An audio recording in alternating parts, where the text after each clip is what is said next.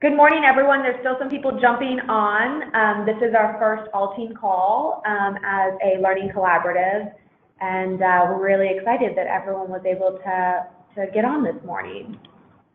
So real quickly, we want to do a welcome. So again, sort of, who's here today? If you could use the chat function, it would be great to just write us a little note, say who you're with, right, your organization. And throughout today's call, feel free to ask those questions. Like I said, we'll be keeping an eye on them, and we can unmute you to learn more. And feel free to share any highlights of your work that with the others on the phone call today. So with that, before I end up passing this over to Brandon Bennett, I want to give everyone an internet high five. So if you're near your screen, put your hand, right, give us a high five. I want to thank everyone. This has been quite a whirlwind of the last month. It's pretty impressive to think that just on August 31st, we were all together for a full day to really kick off our learning and this journey together. I know that this has been an amazing amount of sort of work and the speed, and we've changed a lot of things, and people are still with us, and that is awesome, and that we have amazing volunteers, many who are on the call today who are enthusiastic and are excited to bring their expertise in quality improvement to this work, and that we're all really together doing something that we couldn't do by ourselves, right? That together we are going to be able to learn new ways of working and most importantly, really impacting the financial stability of families in our region. And we know that that is the most important work that we could be doing. So high fives to everyone. That is my, gratitude this morning for being here today, and thank you for all of your hard work. Okay, so with that, I want to pass to Brandon to share our agenda for the day. Great, thanks, Amy. Yeah, share the mouse with you, so you should be able to control too. Okay.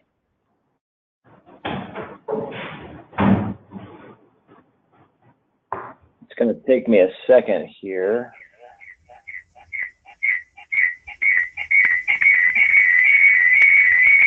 And hey, Brandon, we're getting a lot of feedback too. I heard that, yes. Okay.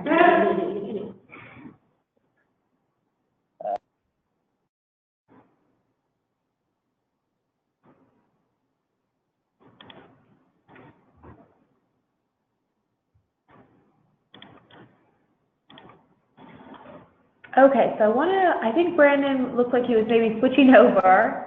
So here we go. All right, back on.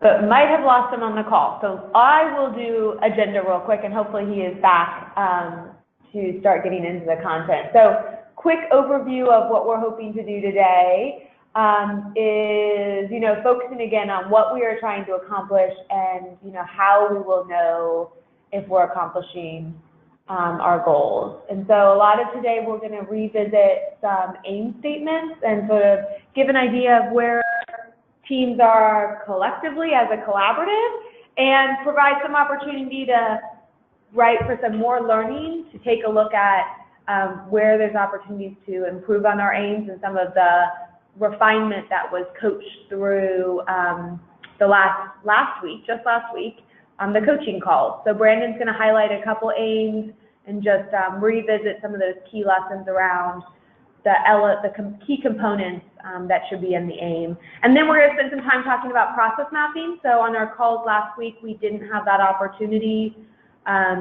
to get through all that content. So we're going to share again process mapping, and then just in the call with what's next. There's always the next key date. So we'll share that along with deliverable date for your process map, which we are going to extend it a week. So, and then if we finish with time, we should have some opportunity for questions. So with that, I'm going to see if Brandon's back on the call. And he might be, let me just make sure I haven't muted you. Oh, okay.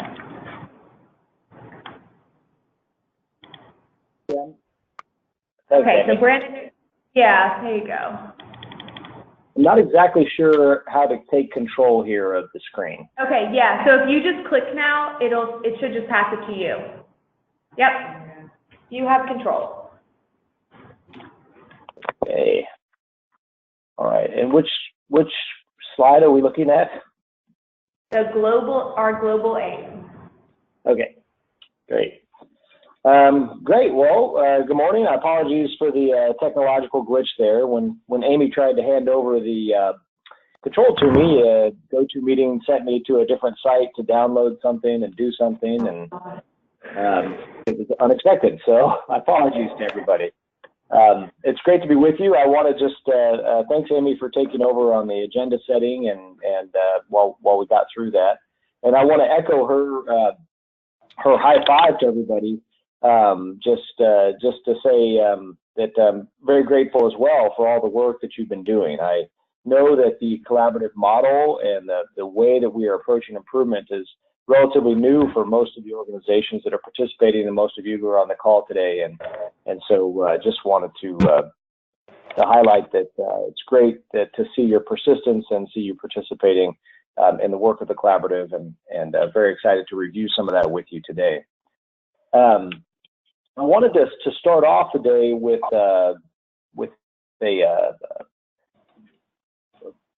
our driver diagram, and I think I've skipped past it, so apologies for that, and I don't know how to get back to it. So, what I wanted to start off with was just a reminder that of what we're doing and where we're at, and somehow maybe that slide got lost, but Amy, that's okay. Don't worry about it. Just taking us back to where we started the collaborative, that the reason that we're doing this is because Cincinnati has a vision. It has a vision for families living in poverty. And the vision that we have is that we would be able to move 5,000 families representing 10,000 children out of poverty by 2020. And I don't know about all of you, but for me, when I look at that vision, I think of it as being extraordinarily ambitious. We understand that the causes of poverty are diverse, that the ability to make change in people's lives around something as complex as poverty can be extraordinarily challenging. And nobody knows that better than all of you, people who have committed your lives and your effort and your jobs, your careers to serving people who are living in poverty. And so we're on a very, very ambitious journey here. And we're kind of convinced that in order to achieve it, we're going to have to do things in slightly a new way, and try some things that maybe we haven't tried before. And so that's our kind of our global aim. And as we move forward here, we've set a collaborative aim of first trying to learn how to move families with children out of poverty by 2019. And so we've set this aim. By February 2019, we want to increase the income and stability of 500 families by X%. And we have given ourselves a little bit of a placeholder, as some of you have with your own aim statement, to really understand the current level of stability, the current level of income in our communities during this baseline period. And so all of you are currently testing out some data collection tools. So we have the income sheet and the Roma scale, and we're really trying hard to understand something about how those tools work in practice, as well as trying to gather some information collectively across all the different places where we work in the community to try to understand that. But our intention is over the next sort of 16 to 18 months to learn something about what it means to take a few families, a portion of the whole, and move them out of poverty. And we think, our theory is that if we can move 500 families out of poverty, if we can learn how to do that, then we'll be really well positioned then to move all 10,000 children up and out of poverty and all 5,000 families out. And so that's really what we're aiming for, and I think you all are aware of that. And I think one of the questions remains is how will we get there? How will we get there? I mean, how we get there is really through theory and through method. And Amy, it looks like you've taken control back from the screen. Is that right?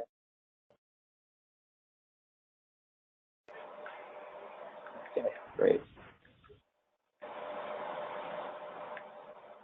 Oh, sorry about that. Yeah, I just was taking it over for a minute to mute some interference. Okay. But you have controls again. All right.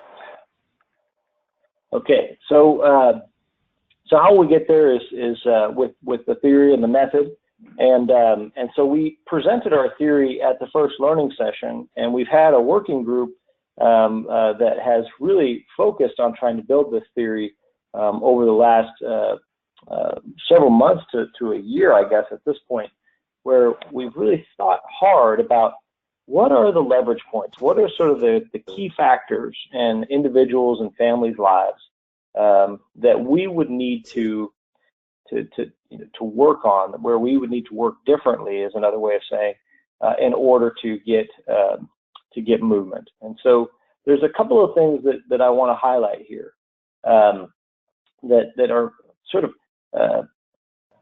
may seem obvious, but that maybe are things that are going to cause us to work in new ways. One is, of course, that's right there at the top, meeting families where they are. And I think that is something we talked about on August 31st. And we talked about how we can do that a little bit. And I think there's a couple other ones, though, that are really interesting to me. Customized and flexible services. How do we discover what a customized and flexible service is that meets families' needs? How do we do that? What does that model look like? And another one is removing barriers or creating partnerships. What does it look like to remove a barrier? What does it look like to create a partnership? To me, these are things that we have lots of good ideas about how to do in practice. Individual organizations have been working to create systems and create pathways to do just these things for many, many years. And a lot of us came to this collaborative with an idea that we thought, if we can get this up and running, we're pretty well convinced that it's gonna have an impact. But one of the things that we have to do is we have to sort of take a theory and we have to translate that into evidence. We have to sort of find empirical evidence. We have to find sort of data that can support that the good ideas do work in practice. And so the second half of our sort of way of working as a collaborative is to try ideas in practice and to try them relatively quickly, to try them on a small scale, on a safe-to-fail scale. And we started to explore some of those things going forward. And in order to sort of get to a theory, we have to have that aim statement as a first sort of starting anchor point. That becomes like a starting anchor because it's what we build our theory around. And so we've got one for our whole collaborative. We've got to raise the income and increase the stability of 500 families. But now what we've asked you to do is thinking about our key leverage points for our collaborative as a whole, to sort of say what would our aim be? What would our individual aim be for organizations? And so you guys have worked hard on developing aim statements that will be the sort of direction setter, that'll be the anchor point for you. and that around which you can start to build a theory of practice improvement. And so you can start to say, okay, well, if we want to accomplish this one thing on behalf of the people whom we serve in our community, then what are our leverage points?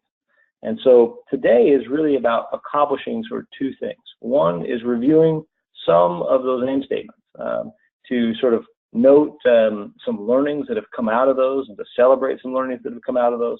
And then two is to equip or remind ourselves of a tool that can help us in identifying some of those key leverage points, some of those places in our system where some new ideas might be needed, or where we might learn some things about how our systems work. And so that's what we're going to talk about with process mapping, as Amy mentioned earlier. So one question that I think remains for a lot of people is how are we going to understand change? And a lot of that is around the use of our measurement tools. And one of the tools that we have is the ROMA tool, which is a measure of stability. And I wanted to just try to visualize for a second what that looks like. What does it look like at a collaborative level? And what does it look like perhaps at an organizational level? And what does it perhaps look like for different organizations who have slightly different aims in terms of the way forward? And so this obviously is not a complete example. I've limited the number of domains on the screen here so that it's viewable, because the ROMA tool does have quite a lot of domains, I think 21 in total. First Step Home is finally in the meeting. We've been trying for 25, 30 minutes to get in, but we are here. Great, thanks, Rachel. If you could just make anyone else who's come on late, if you could just make a little note in the chat box. We're going to be muting folks, so that, because we just have a large audience, and using the chat to indicate questions. Glad you were able to join. So coming back to our example here, we might start off with a situation where across all participating organizations, we start to, let me see here, looks like I've lost control again. All right. We might start off with an average value on our ROMA scale for different types of domains, as indicated by the red dots here. And our intention is to, over time, sort of raise the value of along the scale of stability for our families. And for the whole collaborative, what we're looking at is sort of a change in the average score across all families served. That would be interesting to us. And how big that change will be, I don't know. The numbers on the screen are purely for illustrative purposes at the moment. But just to give people sort of a visual perspective that what we're trying to do is sort of raise people along the entire scale in terms of improving stability. And we'd love to see the average change for all families get better and better. Ideally, over time, we might also see a narrowing in the variation, so that we can have a sort of a predictable impact on a family's life when we have an opportunity to serve them. And so that's going to be kind of what we're looking at there. Now, different organizations might look at that a little differently, and so we're going to see a couple of different examples going forward with your own aim statements. And so I wanted to kind of look at how you all are thinking about improvement for your organizations and in the communities that you serve. And so we're going to look at some of the aim statements kind of going forward here. A couple of general reflections that I want to just highlight for us. One is every team has submitted an aim statement. So I had the opportunity to review all 28 aims this week, and just fantastic. I know all the teams participated in various coaching sessions, and just was very, very excited to do that. I was also, at least for the calls that I had the opportunity to be on, was very impressed with the level of transparency displayed and the willingness to learn with and from each other in terms of sharing this first deliverable. And so just want to say another thank you for that. I think the other thing that's real helpful for me is that all the aims that I saw could easily be linked to that big theory that we have as a collaborative. You know, it was very obvious to see that everyone is thinking critically about how to build partnerships, about how to remove barriers, about, you know, how to raise income and so forth there. So really, really good examples there. A couple of other things that I saw was that that teams really sort of broke along two lines in terms of how they chose to focus their aim statement. One, sometimes they chose to focus on assisting families or individuals to achieve change in one domain or along one component of the Roma assessment scale or tool. And the other way that people go is they chose to work across the whole scale. And so I think just again to visualize that, for some teams, you might say, okay, well, what we deal with housing. And so we're gonna take the Roma scale, we're gonna find out where somebody is on that housing domain, and as well as where they are in all the other domains. But our real, you know, strength is our real intervention, the thing that we're gonna work real hard on is, and the way that we're gonna write our aim statement is that we're gonna improve on the housing component, right? And that's great. I mean, I think that's a real powerful component. When you have clarity about what it is that you're good at doing and what you want to do, that's really wonderful. If you're a team that is your aim statement is really focused in a sort of a narrow way on one or two or three elements, domains of our scale, and you think you can get real good at that, I'm all for it. I also want you to consider thinking about the places where you're not aiming, and think about how you could sort of build referral pathways and build partnerships that would allow the clients and the people, the families that you serve to access services where they might need help along other domains. Other organizations came in and said, well, we're not just going to look at one thing, we're going to look at everything. And we're going to go ahead and try to build interventions and build pathways that would work with families to move them along the whole scale. And so I guess the general reflection here is that most organizations are focused on some aspect, just one or two or three things along that sort of self-sufficiency scale, whereas a few, about a third, I guess, or so, are focused on all aspects. Okay. As far as we're concerned, both are okay. But if you are in that big group of 19, I think the sort of ask is to consider who else you might work with who could be complementary to the work you're doing, because I think that could be a real powerful in the long term for the people of Cincinnati.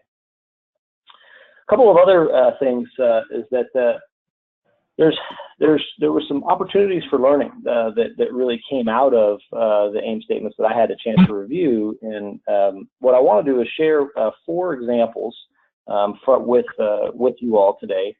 These are real life aim statements from this collaborative. I took the names of the organizations out of them, and just in an effort to sort of not put anybody on the spot today, but I want to highlight sort of some opportunities for refinement and some of the common pitfalls, and I'll give you the overall data as well about what I observed. So here's some of the common pitfalls that I saw that teams are falling into in terms of shaping up their aim statements and getting something real clear and specific. And you may remember from our time together in August that we talked about aim statements being really strong when they answer a few critical questions. How much change do we expect to see? By when do we expect to see the change? For whom will the change take place? Some of these scoping questions become really, really important. So there were sort of four or five sort of key things that I noticed. There was a couple of aim statements where operational definitions of words like increase or decrease, that how much change really wasn't well defined. And so I might highlight one of those for you. So lacking that specificity in the amount of change could be important. Focusing on tasks to complete rather than outcomes. I'll give you an example of that. A couple of organizations struggled. Where a lot of organizations struggled was really with the focus on process rather than outcome. And it's a very natural place. It's a very natural starting place for teams and organizations who are really just getting started on a quality improvement journey. And so we'll look at an example of that. And then presenting theory inside the aim statement was something else that we tended to do in our aims. So what I'm going to do is go through some examples and then talk through just like how the example might be improved with a slight change of wording, and then talk about where the information, if we're taking anything out of the aim statement, where are we going to relocate it that would be helpful to us. Here's one example. This is an example of the process orientation. So X organization will be collaborating with 3 agency partners in Price Hill communities to place behavioral health specialists at their site and in the community in order to change the way we deliver behavioral health services to 10 financially vulnerable families by April 1st, 2018. So let's start off with a couple of things that are really great about this. One, we sort of have a real good sense of scope, right? We understand the neighborhood, we understand the timeline, we understand the scale, 10 families. We understand that these families are not just any families, but they're financially vulnerable families. So, we understand there's a partnership involved. So from a scoping perspective, this is a well-scoped aim statement. But you'll notice that the activity described in it is really focused on the placement of these behavioral health specialists. And rather than focus on the process, what we're going to do, what we want to do in an aim statement is describe the outcome that we desire. I think that's really the critical sort of difference or critical thing that we care about in developing aim statements. We want to describe the end state, the destination of the journey, rather than how we're going to get there. And in this case, why we might do this is because we want to see a change in the mental health status of individuals or families served. And I think this is something where we might look at the mental health status of the family on the Roma assessment tool and say, well, what we really want to do is take these 10 financially vulnerable families, and we want to get them from a low on the scale to higher on the scale on maybe an average 2-point change or an average 4-point change on that, and see their mental health status getting stronger. And so what we would do is we would write an aim statement that would be around the mental health or behavioral health sort of outcome for the families. And then our theory about how to get there, the roadmap that we're going to use, the sort of path that we're going to take, in this case, the integration of behavioral health specialists, we would put that into our theory of practice improvement. So we would move that into a place where we'd say we believe that's a core leverage point. That's a real important thing we would have to focus on, and we have a whole bunch of ideas about how to accomplish that successfully. But we're doing that because of this outcome that we care about, which is improved mental health status for families. And so that moves us out of the process orientation and into the outcome orientation, and that's real important from the perspective of quality improvement, because once we know the outcome, then we can start to add all kinds of different processes that could help us along that journey. So there might not just be one thing. There might be 10 things or 11 things that we need to do differently, or different leverage points in order to accomplish that outcome. So that becomes important for us there. All right.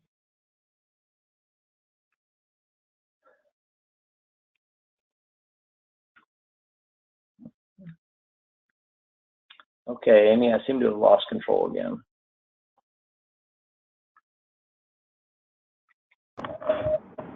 The mouse is moving. There you go. All right, so a second example that we saw when we were looking through was the example of a task orientation. That it is, again, a very common thing for people who are just brand new to going on a quality improvement journey to get caught up in what are the things that I need to get done? What are the sort of actions that need to be taken right now in order to get to where I want to go? And here's an example. By March 2018, we will identify the top areas of need for 5 families with a family member with a disability. And I think this is a good example of a task orientation. So the identification of need is not in and of itself an outcome. It's not a destination that is meaningful either to the organization doing the work or to the family involved. But it is something that needs to occur. There's no doubt about it. So as far as a task that needs to be accomplished, it is an important one, because then it allows us to go from there. So the outcome that we're really interested in is either sort of access to some service or employment that would improve the stability of that particular family or the individuals. And so that's really important there. So why do we want to discover these needs? Well, we want to discover these needs because we want to be able to partner that family with the right solution for those needs, to give them the right access to service or access to resource or whatever it is. And so in that case, if what this team really cares about is a stable employment, then we might want to write an outcome around stable employment, and then we would put that the identification of areas of need would be a key leverage point on the road to that final outcome. And so we would want to sort of think about what that outcome is that we really do care about.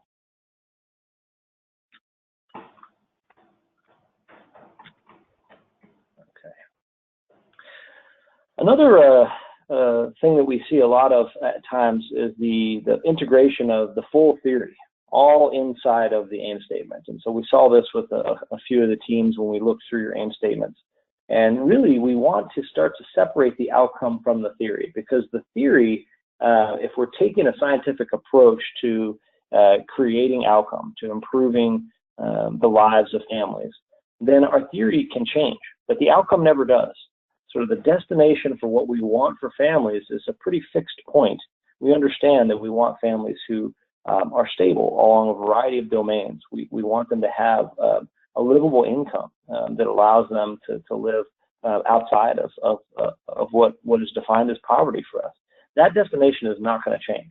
But how we move families, how we help families to achieve that destination can change. And in a scientific endeavor, that's the purpose of theory, right? The purpose of theory is to articulate a set of ideas that we think right now could get us to the destination, but is flexible, is changeable, so that when we find out in practice that something about our theory doesn't work, we change it. We add a new idea, we take away an old idea. And so that's what we don't want, is to get into something that I like to call theory lock, where we're so locked into a theory that we have lost our flexibility. So in this case, we've got something that says to provide job readiness skills for 5 women in X organization residential treatment facility to improve employment rate, thereby improving self-sufficiency and reducing poverty by December 2017. And to me, there's a whole theory here, right? So the whole theory is that the job readiness skills lead to employment, which leads to self-sufficiency, which leads to reduced poverty, and all of that's in that one sentence that is described as the AIM statement. But really what the team cares about, I think, is employment, either in the near term as an outcome, or what they might care about in the long term is the reduced poverty for women who are served. And so the theory of how to achieve this will be articulated using a different tool. We're going to call that tool the key driver diagram, and we're going to be making one of those in the next couple of months. But what I want to emphasize here is that what we want to write an aim around is either employment or poverty reduction for these particular women who are served by this particular facility. And then we can develop a theory of how to do that. What are the changes that we need to make? What are the leverage points we need to sort of address in the lives of these women, in the system, in the community in which they live, in which they work? The final example here is one of lacking specificity, which is, again, a very common pitfall that we can fall into when we're trying to define our destination. So here it says X organization plans to increase the enrollment scale for 10 families in East and Lower Price Hill by March 2018. And here I think the lack of specificity is, what does increase mean? So, you know, by how much, you know, for what, from what to what, you know, that would be interesting. Now, a more specific sort of way of saying this is we could increase the average scale score for 10 families from a baseline of X to Y by March 2018. And we could sort of say that to be defined by the baseline. Right? So we're going to collect some baseline data, then we're going to sit together and we're going to say, okay, well, our baseline says that the average performance is a 3 and we want to get people to a 6, or it's a, you know, it's a 3.5 and we want to get people to a 9, or whatever it is that we think we want to do. Or we could say instead of waiting, we could, if we had real strong confidence in our work, we could say we want to increase the average enrollment score by a very defined or absolute number for all the families by March 2018. So we get greater specificity there, and so we want to continue to flesh that out as we get it. And again, right now it may be hard to write a specific aim because we lack some baseline data. But as that data becomes available, we might want to consider a refinement of the aim statement.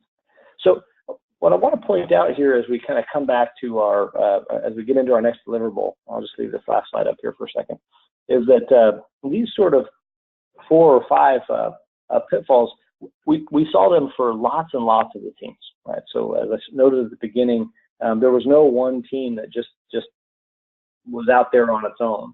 And I think that's just because we're all at the start of the journey. And so a little bit of refinement is never a bad thing. And I think getting real clear on the destination, the thing that we want to accomplish on behalf of families, is exactly what we want. And so this sort of talk and these illustrative examples are just there to kind of show you.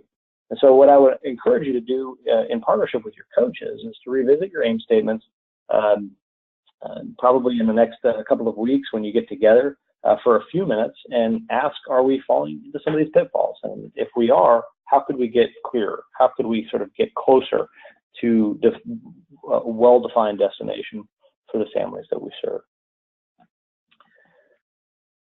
Moving forward, our next deliverable, and the other thing that I want you to talk with your coaches about is a process map of some sort. And we're really interested in this. This is something that we covered on August 31st, and so I'm just going to go through this briefly as a reminder. But process maps are really a very powerful thing. They're a way of visualizing all the steps that make up our day-to-day work. And so what we want to do is be able to visualize those steps, because our day-to-day work is where the rubber meets the road. You know, that's where we get to interact with families. That's where we get to interact with each other. That's where either our work is successful or not successful in terms of delivering outcome for the families that we serve. And so if it's not successful in places, or it doesn't work all the time, then the places where it doesn't work, or for the individuals where it doesn't work all the time, there's an opportunity for learning. There's an opportunity to learn what we might do differently, and there's an opportunity to introduce a change idea based on your experience and based on the theories that you're starting to formulate about what might make the difference with folks. And so the process map identifies those actionable moments in time where we might do something different with a family. And so we love to have that, because it gives us a way of talking about our work and of focusing our work that we otherwise might not have. So there is the nomenclature, the sort of explanations, and I won't belabor this, but there's a few symbols that are often helpful. Certainly the rectangle at the top, which says, you know, here's what I'm doing in this moment. I'm using an identification tool, or I'm using an assessment tool, or I'm, you know, accomplishing a particular task, and so forth.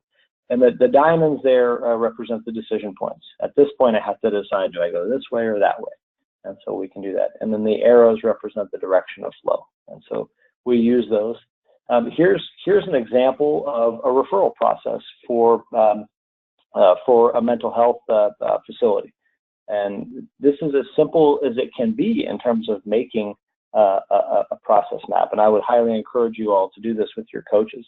I think Post-it notes or sticky notes are a real helpful way to do this, where you can write down each individual action, and then you can rearrange the steps, and you can draw arrows between. And you can see how this organization has a variety arrows and or a variety of steps in their referral process, the referral out.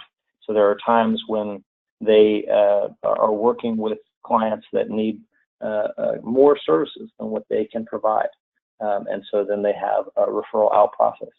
And so they've described that, and then in doing so have learned a great deal about what works and doesn't work and where they might like to introduce changes.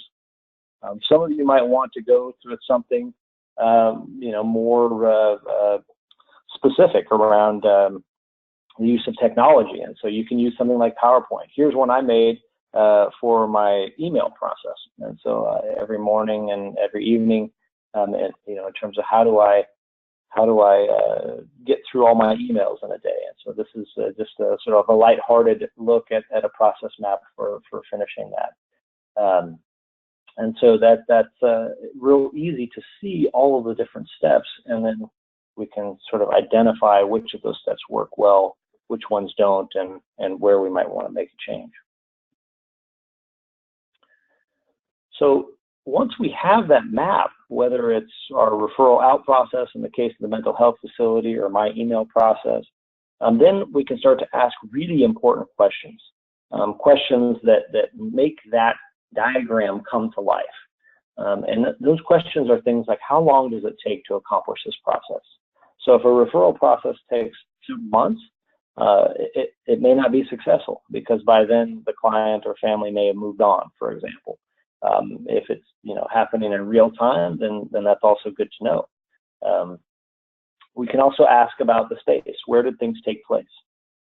We can talk about who did it. So at each step, we can say who is the individual who is responsible, or who is participating, because at each individual step, there might be multiple people participating in the work that's happening at that moment. We can talk about a journey. So if there is a journey, if an arrow represents a change in location, we can note how far that journey is. And that distance is not necessarily just geographic, but it also could be financial, or it could be time bound. Right? So it's, you could say, well, it's 3 miles away, or you could say it's 2 bus rides and $1.50 away. Something like that could be really important in terms of understanding the success or failure, the barriers or constraints that exist for families that are moving through that particular process. We could talk about how much it costs. And so all of these little tidbits of information can be added onto the diagram to really give a deep, rich visual picture of how well things are going, or where we might choose to make changes in our systems. Some other important questions that we might ask: how many steps are in the process? So we understand that the more steps there are, the less likely it is to complete them, because it takes more steps. Often mean more time. They mean more complexity. They mean more interaction with other processes, and so it can be harder to complete. And so there's probably a happy medium between a minimum number of steps and too many steps. And so we're trying to find that right medium. We can examine the order of the steps. Sometimes simply reversing the order of things can make things better. And so we can do that. We can look at transfers that occur. So anytime we're asking an individual or a family to move from working with one person to working with a different person, there's an opportunity for that family or individual to get lost. If we're asking them to move locations, there's an opportunity for them to get lost. If we are moving information on their behalf, there's an opportunity for that information to get lost. And it's not that those things always happen, but if they sometimes happen, we'd love to know when and where they occur, so that we can make a change, so that we can sort of apply our good ideas and create fixes in those moments. And we can look at where delays occur. We can look at where bottlenecks occur, where there's too much work, and where we might want to add a resource, or where there's a delay because of a different part of our system that is also needs to be accomplished in order for the whole process to move forward. So all of these things become incredibly powerful in terms of analyzing our systems. And in looking through our systems through this lens, we are able then to immediately start to generate ideas for change. So we start immediately looking at like, oh, okay, well, if my intervention is not working at this point, I think I know why. You know, I've seen it 10 times before, and that makes me think that I need to do this instead. And so then we can write down whatever this is, and we can then take that forward into the future and try it in practice with a different family, with a different person, and see if it does in fact make our system work better.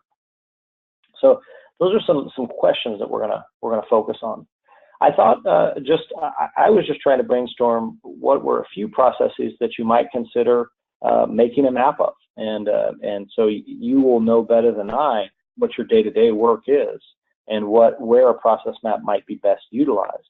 But in partnership with your coaches, these were a few sort of suggested starting points if you're struggling to identify a process. So one might be how your organization identifies clients or families to work with. So there's a process for that. There's a process for the identification process, and there's probably lots of steps there, and it might be interesting to map that out and see where it works or how it works and so forth. There may be an assessment process, and that might be tied to the identification process, but there might be an assessment process to understand when you do identify an individual, are you the best organization to help them with the needs identified? Right? So is there a good match there? There may be an intervention process, so there may be a service that you provide to the community that unfolds along a timeline. And in so doing, there's a bunch of steps that occur. And if that's the case, then you might want to map out your intervention process and say, okay, what step happens where, with whom, who does that work, how long does it take, what are the resources required, where does it break down, ask those analytic questions. There might be a process for receiving referrals from another organization. So you may have some MOUs, some partnerships, some informal understandings with other organizations, and be really curious to say, okay, well, what's our process for receiving people that get referred to us? Have we codified that? And do we understand how it works and when it doesn't? And very similarly, what about when we identify someone who we've taken as far as we can, and now we need to ask others to become involved? And what is our process for referring people out of our organization and on to other organizations? And those two are really interesting to me because those sort of represent places where families and individuals often get lost in the system. So when a call is made, but the person never arrives or something like that. And so we see that a lot of the time. Okay. So these are some potential starting places, and this is not a complete list, and certainly you shouldn't feel bound by it.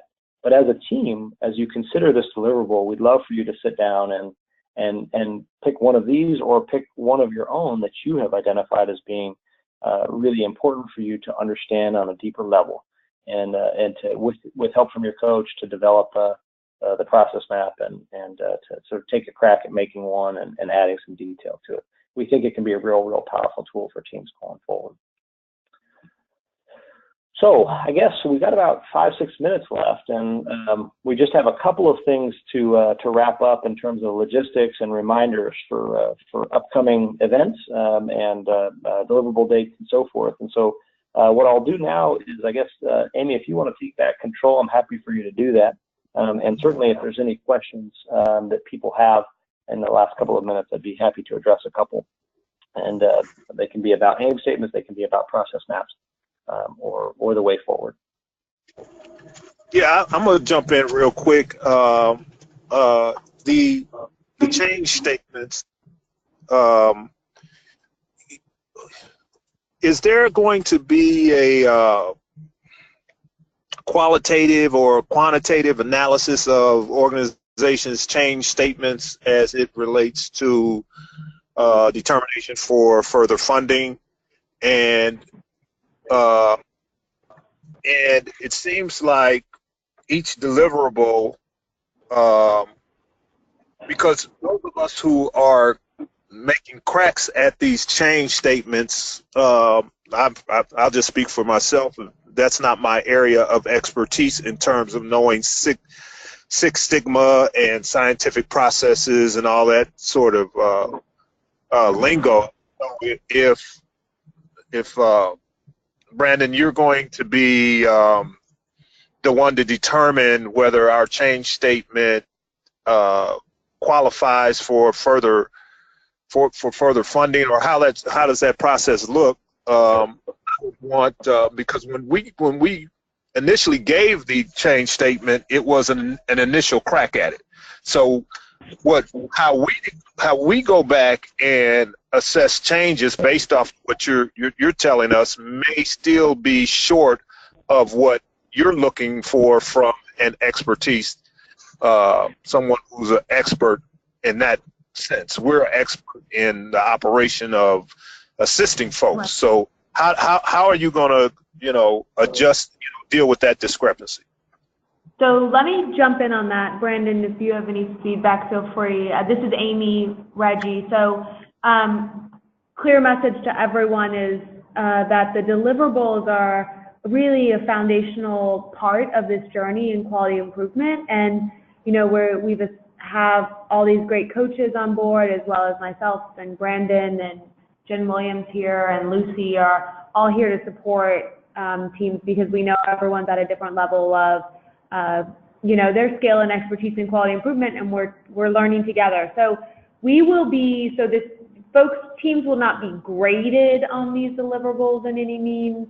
It's about understanding where you think you fit, right, as part of the collaborative, and where your expertise is and opportunities to improve as we work together to help increase the financial stability of families and move families out of poverty.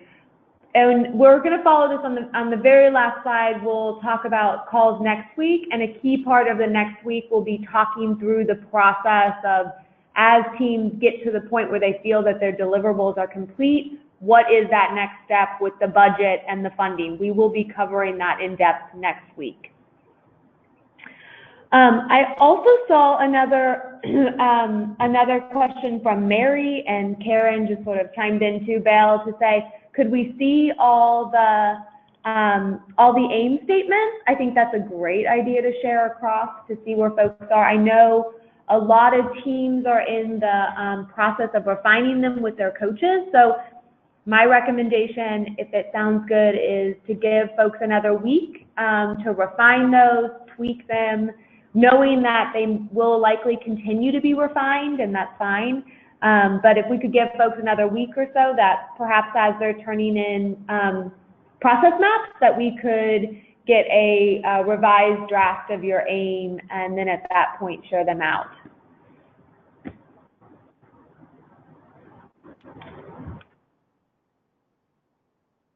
With that, are there other questions for, oh yeah, so Anne, Anne just asked about this PowerPoint. We're gonna, at the very end of this, we will save this whole webinar into a video as well, and then post them up on to the website. We're getting faster at that, folks, and thank you for your patience.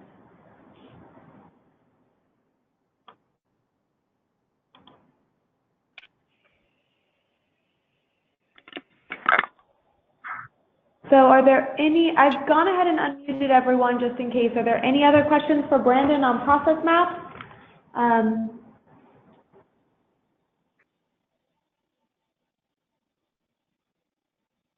Okay. Can we go over schedule for next week? Yeah, so here we go, perfect.